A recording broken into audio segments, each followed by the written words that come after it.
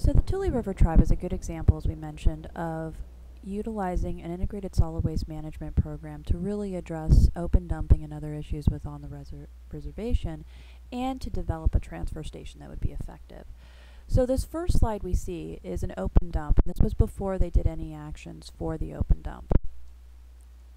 And you can see there's a lot of different variety of trash there. It's a huge eyesore, and it was a significant problem for the tribe. This is actually what happened once they cleaned it up, and as you can see, they've actually installed a fence to ensure that more open dumping does not occur. What had previously happened, and is very common with open dumps, is that people would come up to a ravine and be able to dump it over. So the fence that they've installed there actually prevents that. So this next slide is actually the transfer station that the Tule River Tribe put into place. Up on the upper left hand corner, what you can see is parking spots where people can basically back up and dump the trash below where there's bins. And on the right, you can see as they can drive in, they have areas for tires, they have white goods, and it's basically, you can't really see it from the outside because of the fence, but they made sure that it's not an eyesore. So this, as you can see from this next picture, this is the other side where the dumps are underneath. The tipping bins are you can see the front row and then the back side, and they actually got tipping bins that are easy to dump over. Here's where you can see the white goods are ready to be removed of Freon. It's very important if you have white goods that you have either someone on staff or a process of ensuring that the Freon is removed, and you really want to make sure you have opportunities for folks to do that. Because of the high cost of scrap metal nowadays, there's often a lot of transfer stations aren't actually getting white goods because folks want to scrap them themselves.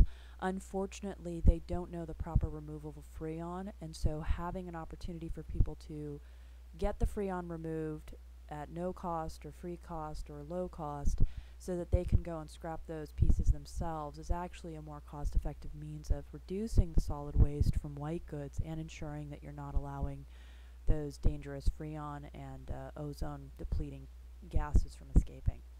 You can see here they have tires that are stacked and stored, and they're designated for removal. Depending on where you are, one of the things to look at, some states will actually pay people back for the cost of the tires because they want to remove the option for open dumping. They want to pay people back for the cost of the tires.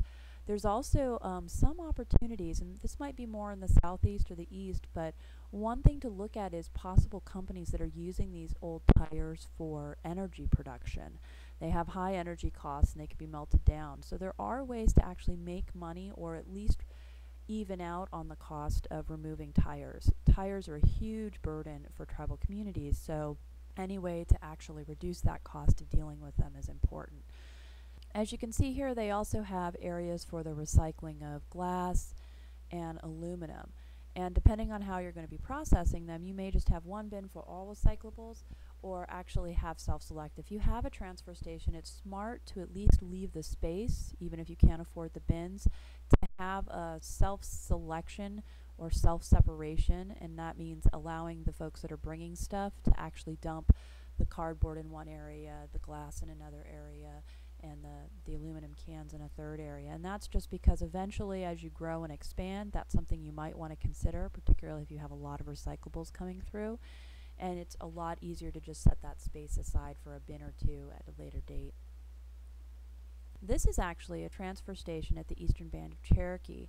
And as you can see, they just have one large area where they take the trucks, dump the trash, and they've got these large cats and other vehicles that push the trash to the loading area where it's pushed down and put onto larger trucks that then transport it off reservation. And you can see here they're moving a lot of material. Interesting enough, this is a lot of construction and demolition material, which they actually don't have a separate area for the construction and demolition material. So on construction demolition, the certification requirements are a little different on construction demolition. They are changing, but for the most part, if you can show that the construction materials are clean, i.e. they don't have lead paint, asbestos, or other hazardous materials, they can actually be addressed in a different way. But it is something you need to be cautious of. So here's the picture where you can see this is actually the bottom of the building we just saw with the cat and other vehicles, and they're actually loading it into an area where it's dumped into this truck. And this is a larger truck than the ones that go around the community, and this transports it off reservation to a landfill.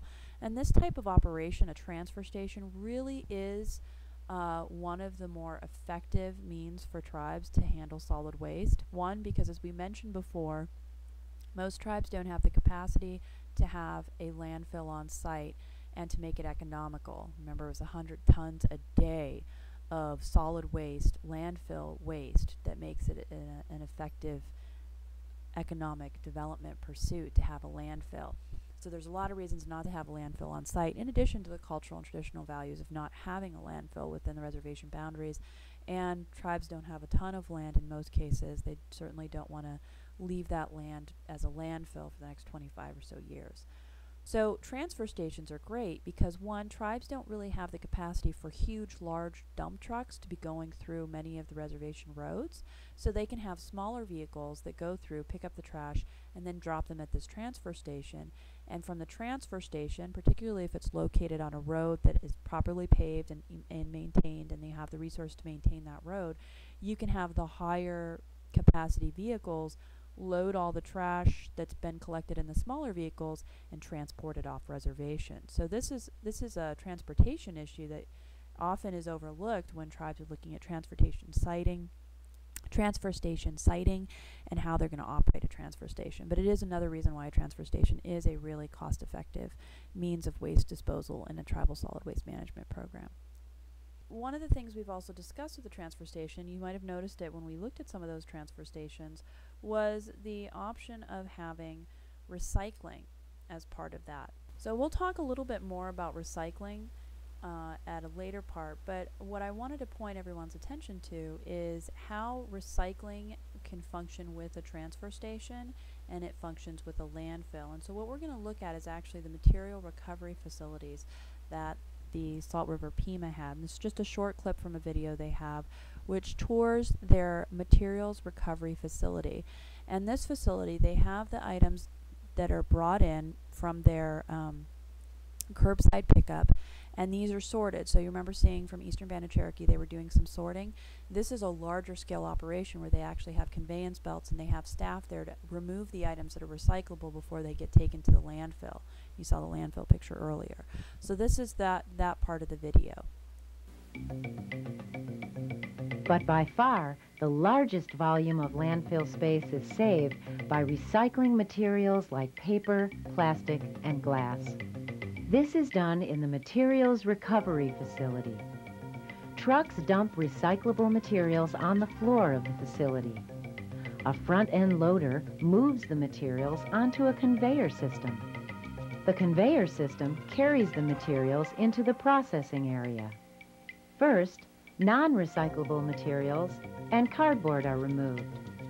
The rest of the material is sent through a number of mechanized sorters, which use gravity and friction to separate most of the recyclables. Things which cannot be handled by the sorters are separated by hand.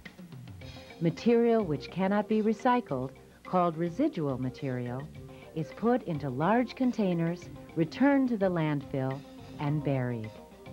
The sorted materials are baled or put into containers and shipped to market. The Materials Recovery Facility provides a valuable source of reusable materials, which are already partially processed.